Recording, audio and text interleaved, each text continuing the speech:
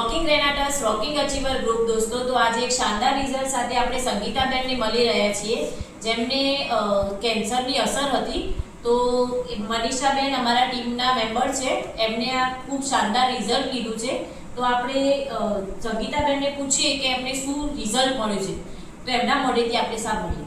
તો હા કહો. આ દવા ખાધા પહેલાં મેં 2 કીમા લીધા છે. 2 કીમા લીધા પછી મને દુખાતું હતું, મને ખાવું ગમતું નહોતું.